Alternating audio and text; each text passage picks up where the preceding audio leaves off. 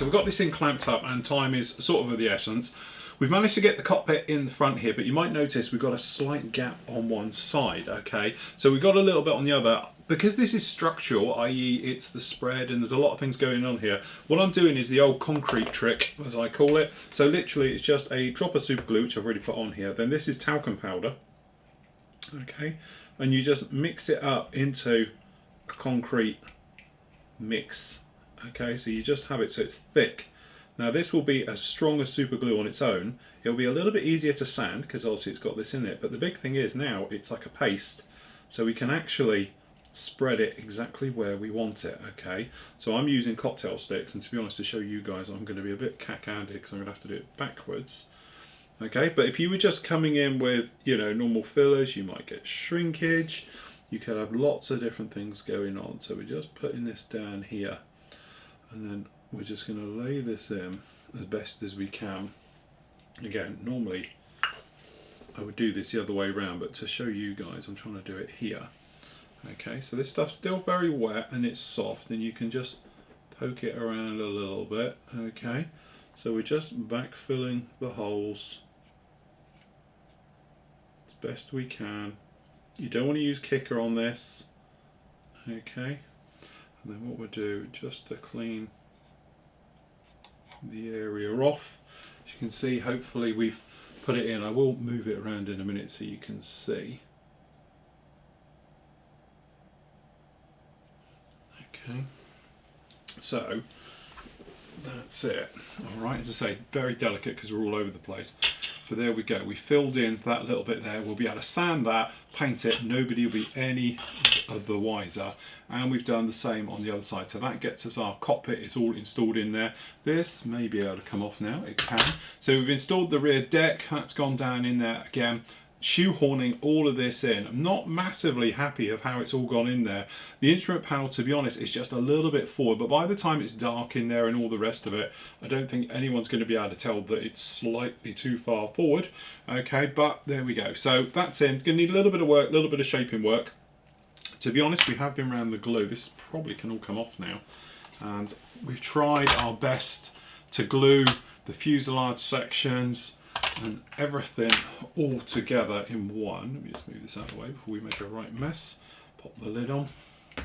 But there we go, that is in there now, like that. So we've got a little bit of a gap at the top, but nothing massive. We've got a little bit of gap at the bottom. To be honest, I have put a little bit of super glue in there just to make that. Apart from that, the rest of it went very, very well. No problem at all. So what we got to do is, still got to put in the rear bottom plate, which hopefully this should fit in still with no problem at all. Okay, got a little bit of wiggle room just in this front. It's actually barring up against here. It's not actually not going in. So that all fits, which was the main thing, was to make sure all of this goes in. Again, just needs a little bit of shaving around just to put that in. Then we can come up in here and finish off that gun. That's why I haven't put that in yet, because I need to put the gun work all in there, take care of all of that. Then we can put in obviously the part at the top here. We can get this in and we can go round, unmask it, re-glue absolutely everything. So this tape can all come off technically now. Okay. And what I'm going to do is glue everywhere again. So literally, what have I done with my glue? We are a little bit all over the place today. Here it is. Okay, so now this is all drying in here. I'm just going to give this an extra coat of glue because we are going to have to sand it and make sure everything's good.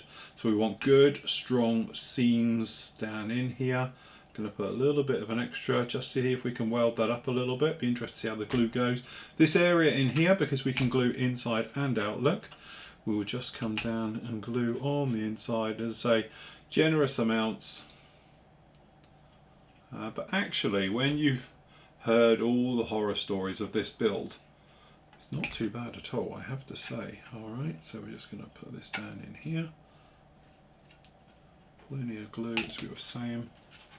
And then right the way along here. But because we've theoretically put lots of stuff into this, actually it's all gone together surprisingly well. I thought we'd have bigger fit problems than this, and I know we're not out of the woods totally yet, we've got various things to do, but from a gluing point we're all okay. I used a little bit of super glue around the nose, but what you can do is obviously get right in the inside of the nose and glue it from the inside. Alright, so there we go, a little bit of a push down work. To be honest, the gun makes this bottom a little bit unstable. We'll take care of that afterwards. But there we go, that is together. It might take a little bit more. Not saying one coat of that sort of, you know, concrete stuff will be enough, but now you won't need the concrete stuff. You can just use your normal fillers or anything else like that. But generally, I think by the time that's sanded in, taken care of, blended, no one is ever going to know. And actually, I think, so I can see it as well, this cockpit, once it's all painted up and everything else like that, and as you say, when this is light fast through here, you're not going to be able to see down in there anyway. It'll be absolutely fine. If we needed to, we could go in there and shim that up a little bit. But I have to say, so far, so good. A handful, a nightmare, it can be, all those things. But I think, as I said, a little bit of time, a little bit of playing, and it'll be absolutely fine.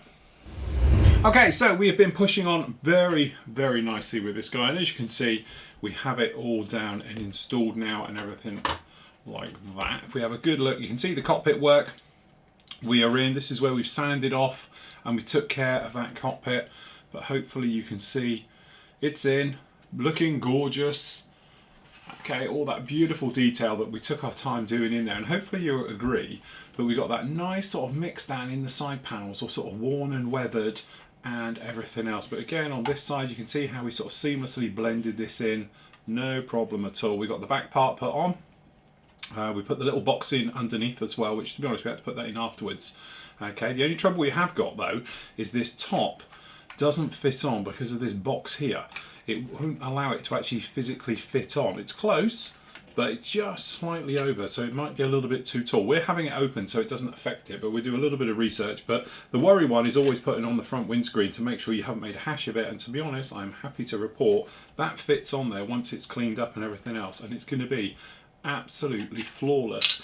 We've gone around and we put this in, and because we took enough height of in there, the actual tub, that dropped in no problem at all. So I've just given it a little rub there just to make sure it's okay. But as you can see, that is all fitted in and done. We just need to clean up this side in a moment. The gun area underneath, we'll take care of that, and we're going to make sure that's all okay in a moment. We'll go through the process of putting that together. But a lot of it is then working our way down here, right the length of it, for seam checking. Now, to be honest, this has already had one sand, and I'm just about to give it the second one now. And really what you're trying to do is just make sure that you get nothing at all. It's a long seam line on this, and unfortunately you're going to be in a situation where if you haven't done it right, you're going to have a thing of sinkage or, like, you know, scratch marks and everything else. So what I'm going to do, just to start, just to see how we're looking, I'm going to take a scraping tool. So I'm going to use it backwards, and we're just going to literally run this right over, and we're just looking to see how that is. And to be honest, it's not doing a brilliant job, so we're just going to grab a file and we're just going to rub it very lightly over this, okay, just to check it. In theory that's not liking it either, so we'll switch to a sanding stick. Okay, and you can see down there we've got a little sink mark in there, so we're going to have to deal with that one. To be honest, that's the join, where it had the join going between the two. Okay, so this is what this is all about now. We're just going along this just to see how it's looking. Okay, and as we can see, we've got some little spots and little nasties in there and stuff like that. So those we're definitely going to want to take care of. So usual thing when you're sanding like this, we've got sanding videos on this. You're just going to let it do it all on its own. Okay, so let the sander do all the work. Don't press down it and everything else like that. Otherwise you're going to have a world of pain. But generally that's what we do. And to be honest, I think that's still going to take a little bit longer to dry because we re-glued everywhere, and I can feel it just biting a bit instead of sanding through nicely. So what I'm going to do is going to leave that. I'm going to sand it probably in the morning when it's completely dry and it's fine to go. In the meantime though, the wings, we can start to clean these all up and all the bits that go with it. So usual thing, we're going to come in with a sponge and we're just going to do these leading edges, making sure they are absolutely flawless. Okay, we're going to have to put in a little bit of line work down in there. So my favourite little tool for that is to use the U&M scriber. Okay, so you've got a situation where you've got the panel line running over. What I tend to do is start at the top. You just put the panel line in with this blade. You could use just a knife blade. Okay, and then you look for it on the other side, and then all we do is wrap it around. Okay, so you're sort of just pulling it around, and then that way it will follow. And again, it's one of those things, they don't line up perfectly, but there we go. And again, these two lines down here, hopefully you can see them, they are nothing like each other. But again, we're just going to pick a line, so we're going to go with this one, and then we'll roll it right round. And then what you can start to do is push with the blade, just to put in a proper panel line then. Okay, so you can use these for pushing and for just going over them, and what you're trying to do is just to go around just like that. And what you can actually do, just drag these down then, just to sharpen up, crispen up these lines, because obviously the thing is, a lot of people do it and it just looks a bit odd that the panel line goes along and then just stops. The other thing as well, you might be able to see here, we've got little glue marks. So again, with the sponge, we're just making sure the glue marks have gone, so it's a nice polished look to it all. We're checking the flaps, they're all good. Okay, and we're generally making sure everywhere is okay. So we'll just do around the fronts. Your trailing edges as well, if you've got bits that are stuck together, you just want to make sure they're all stuck nicely, and obviously they're all flat down. And then in here, to be honest, we've already had one a little bit of a sand. We've got a small little gap running just down in here. So again, sponges are better because they'll curve and conform better. Okay, and we can just get in there and sand. Now I'm not sure if this needs, if it is a panel line down in there, or if it generally needs filling or anything else. I'll double check that in a moment. But that is looking very nice. So if we just have a check to see how this is going to marry up on here. Again, we've got this thing with a rocking motion. So it's a case of, right, so which is right, which is wrong. Okay, so what we need to do is work out the angles of the wings and everything else. And this is the trouble with this old classic way of doing it, which is a little bit of a problem on big wings especially. Modern kits, they'll probably have a nice big wing spar running all the way through. With these, unfortunately, we don't have that luxury, so it is the old-fashioned tab. But as you can see, you get this thing where, okay, the wing can be anything, probably 3 feet in reality of which side is it going to be on, because obviously you're going to either have a big gap at the bottom or we're going to have no gap at the top. But that's all very well, but we need to know which way the wing is going to be. Okay, so what I'm probably going to do is jig it, so it'll just be a situation where we'll come in here with both wings, fit them, and then by jigging them into position exactly where they need to be, by i.e. sticking pots of paint or whatever is required underneath them, we'll be able to look down it and work out exactly when it is at the right levels and everything else like that. But this is just old school. These tiny tabs are totally inappropriate really for this type of kit. Okay, but what we can do is obviously put them on and work it. To be honest, it doesn't look too far out like that. But as I say, I want to check it. Then once they are in, on the underside, we've got this bit that just sort of flaps around, and when you push it in, obviously you've got this huge step to the rear, so we want those to roughly be, and then we'll have to sort of fill and take care of that as well, to make sure we've got a good group and a good line in there, because that's quite a nasty little gap. The other one is the tailplane being fitted on. So again, this is one of those ones where you sort of poke this in and we'll just see what we get. It doesn't look too bad down under here, that seems pretty much okay and goes on, but again, you want to make sure it is not at a funny angle, laying off center or anything else like that. So what we're going to do, go around, sand down the other wing, make sure that's okay, make sure we're happy with it, and what we'll do is we're going to pop the wings on, we'll make a jig, make sure it's all square and lined up, we'll glue them into place and then probably leave them for the rest of the day totally to go off. So everything is in there, so when we come down in the morning we can sand, take care of these seams and everything else, make sure we're happy with those, okay, and then we can actually make sure the wings are okay. Any rescribing, re-riveting, re-detailing, anything else at all, we can do that. If you have got some time, what you can start doing is working on the gear and the various bits like that. So time to get on. Okay, so there we go. We're all sort of jigged up. It's far too big to put into a normal jig and everything else like that. So we've had it up the other way. I've checked it. It seems to be good. So doing it this way, we can actually tell it's square. We know the tail is on square. We're coming forward. We're leaning off the HUD. And then what we've actually got is, to be honest, a couple of polishing sponges with normal sanding sticks seems to give us the right height. We say seems to because, again, it's very difficult because of this thing where, again, it's old school manufacturing.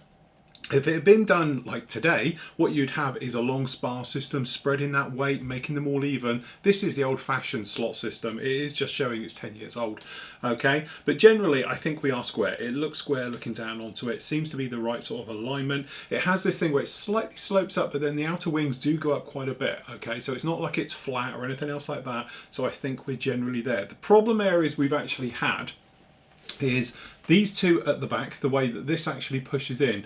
Now these really just go nowhere, they just hang out. So what you've got to try and do is put them in. So actually what we've done is super glue and kicker, okay, just to get those into place and everything else like that now. Okay, we've put on the little sponsons for the wheels down here. They're on there, no problem at all. Generally, I think it's just one of those things, taking your time. The alignment on those isn't perfect. It looks like the locating pins are out slightly, if I'm honest, but generally getting those in, clamping them in, pulling them in tight, you'll have no problems. The big thing you can probably see down here, we have two, though those aren't shadows, that's actually gaps, okay? So we know we're correct on the top side, no problem at all, but we have got a small little gap down in here. Right. Multiple ways of getting rid of it, so I thought I'd show you a different one. Normally I'd use something like my homemade putty stuff, liquid styrene, drizzle that in and away you go. Another way, because it's quite a clean, mess-free one, is this. So what we've actually got down here is the old, if I do it this side, plastic putty. It's Vallejo stuff, comes in this little applicator, and I'm hoping it's not bunged up. I've had this tube absolutely forever. Got a little bit of lead wire here, hoping that might do the trick. Just poke it down the end, otherwise I'll just grab a needle. Okay. Hopefully that'll be enough to get some up. No, hold on, let's just grab a needle. There we go, that should do the trick. So the great thing with this is, when you can get it working, or when you can't, always the way, is that normally this gives you a very nice fine area. Let me just stick a cocktail stick up in here. There we go. What it is, it's just the thicker old stuff stuck in the nozzle, so we're just going to shove that all out of the way.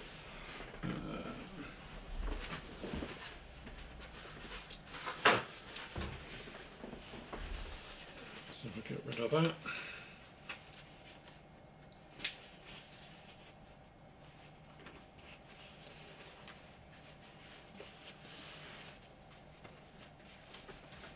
Clear the nozzle. Right, try again. So put the nozzle. The nozzle's important because it's going to save us a load of mess if I can get it to work. There we go. Right, okay. So now it's coming through. You can see on the end there. Hopefully you'll be able to see on the close up.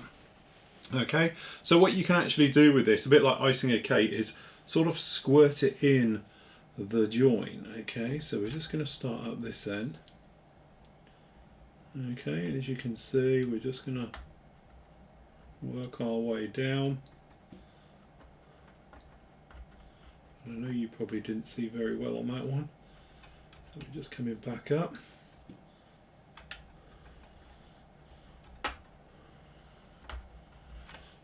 But how mess free is that? Okay, clean that up again. Hopefully you might be able to see it a little bit better on this way. If I sort of place my hand here, you need to sort of squirt it directly into the gap, and then when we get going, remove my hand. Okay, you can sort of squeeze in and going, and then we're going to carry on squeezing and pushing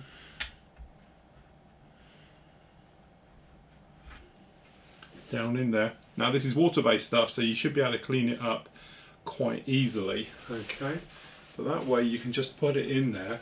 Then what you can do, come along with a cotton bud. Okay, and we're just gonna, and there we go, clean, mess-free filling. Okay,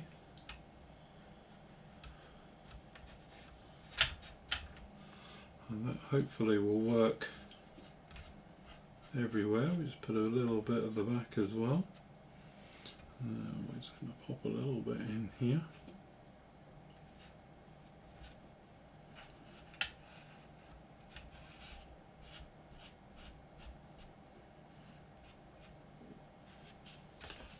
Okay, so not often I use this stuff, but actually when I do, it's like I should use it more often. Okay, and that is in there like that. Okay, so you can see those all in there. Just like that. That will do us. What we're going to do, let that totally dry. Going to leave it on the jig, to be honest, overnight. We'll leave it like that. Come back in the morning, get it up. We can sand it, take care of all the seams, the joints, everything else like that, and be really pushing on with it.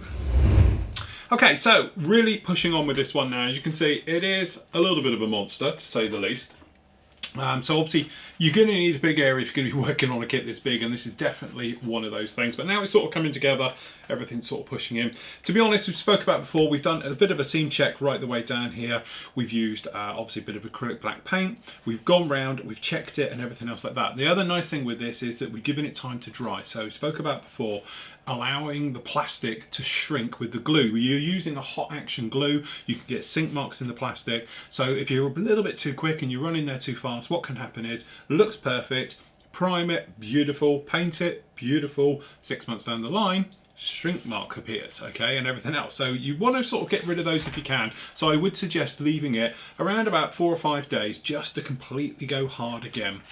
Especially with this type of kit, I'm using quite a lot of glue to make sure that it's all welded together and it's all okay. So obviously that's going to take time to go off, and it's going to shrink and it's going to shrink and everything else. We've been around it, checked it, so it's had 2 coats now. You can see the bit of black around and everything else. So what we need to do is, whilst we're in a sort of, you know, an okay state to get in there and handle it and everything else, we're going to go around and put the sort of re-riveting in and the rescribing and all those details we've lost, especially as you can see across the top here and things like that. So we've covered riveting before, we've got detailed videos on it and all the rest of it. So we'll do a quick recap before I push on with it all. So I'm using the UMM scriber here, and I've just got one of our little flexible templates. So all you do, lay it in the hole, okay, into the groove where you've got it, then onto the other side, and then we're just going to drag across. And again, usual thing with it, don't push down, just dragging motions. That way you get a nice clean cut down into there. The thing is, if you're going to start going in there and you're going to start, you know, overworking it a little bit and pushing deep, you're going to have panel lines of all different depths, okay? So again, just goes over there, and it is a nice, just a dragging. Take little bits out of it. You can do a little bit at a time. This is why I like this one with holes in it, because when you get lumps and bumps like we got down in here, you can literally just pop across with this guy and then come along, and you can actually just put it into the size hole you've actually got, okay? So down in here, if it was a little bit wasn't fitting, you could pick a hole where it's bigger so you can get in there. So again, we're just going to pop it down, place it in, few passes, okay, lots of light passes rather than one heavy one. So I'm just sort of scratching in, and you say you can probably see by the flakes coming off of this exactly how big it is. But say some of this detail we have completely obliterated. Okay, so we're just coming in with these, popping it down, checking you're all good, you're happy where it all is. Obviously you don't want to overrun, but lots of little scrapes. Putting those all back in, so we're just checking. We've got 2 more little ones in here. You can see we've done such a good job of sanding these details away, and these go right the way side to side. Okay, we've got another one just here. Find the other end of it. There we go. And we're just going to pop all this detail back in of all the surface details like that. Now with the riveting, you might be able to see it. It's very, very faint, but the thing is they are quite far apart. So I've got riveting tools down here, and obviously this would be a case for the biggest one we've got, which will be the 1mm. I think we've got a 1mm, there we go, it should be a 1mm. So what we're going to do is just going to line up to see exactly how far these are apart. Now these are 1mm apart, but again you've got this sort of double stacked one down in here which is sort of 1mm, and then you've got a normal one up here, and we're just checking the size. I've got a feeling these are closer than 1mm. So you have an option, you either go back and do them all by hand. If you're going to do that, the one tool I haven't got here, if you've got a set of like your dental type tools, you can just pick out a spiky one like this, okay? You can go along, you can see them along here, you can just tap them back in, just give them a little nudge every one you do, okay, And you can just pop these in and add that detail back. Just a little nudge, and you try and keep your pressure all the same. Okay, literally we just run these down to the end. Just like that, okay? But the thing is, it goes all the way up here. Now I can just about see these, so this isn't a problem because I can still see the actual places where they are. But if you couldn't see them, then I would probably say, right, time to get in here with your riveting wheel and do it, okay? So that's those, but obviously the ones going across I can't see whatsoever, so we're going to use the 1mm because, to be honest, the biggest one we've got. Okay, so we're just going to place it in onto the other side exactly the same, and we just run it across. Okay, we're going to do it in here as well, exactly the same, and we're just going to pop these back in, and again it's just that thing. Okay, and I'm doing one side, and what we'll do is spin it round and then we'll do the other. But again, it's just all about pressure, even pressure. These are quite heavy rivets on these, but you just want it to be nicely done. And then again, because we've got this little hole, we just slide this over like there.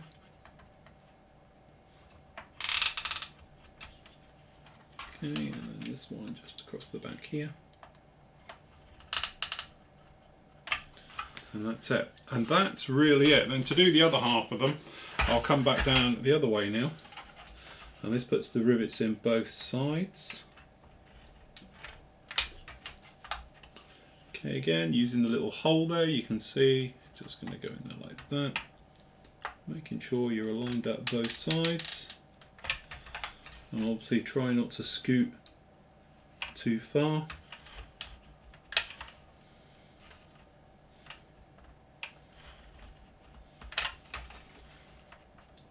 We just work our way back down the back. And so you could technically freehand this, but probably a little bit safer.